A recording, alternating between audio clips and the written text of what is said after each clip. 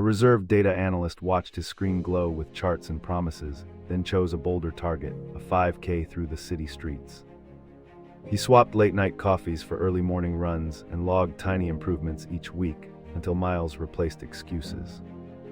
A mentor from the local gym handed him a plan focused on consistency over speed and patience over perfection. 3 months in, his stride widened, his confidence lifted, and strangers cheered as he crossed the finish line smiling. What started as curiosity became a daily ritual, turning quiet perseverance into visible strength and a brighter, steadier life.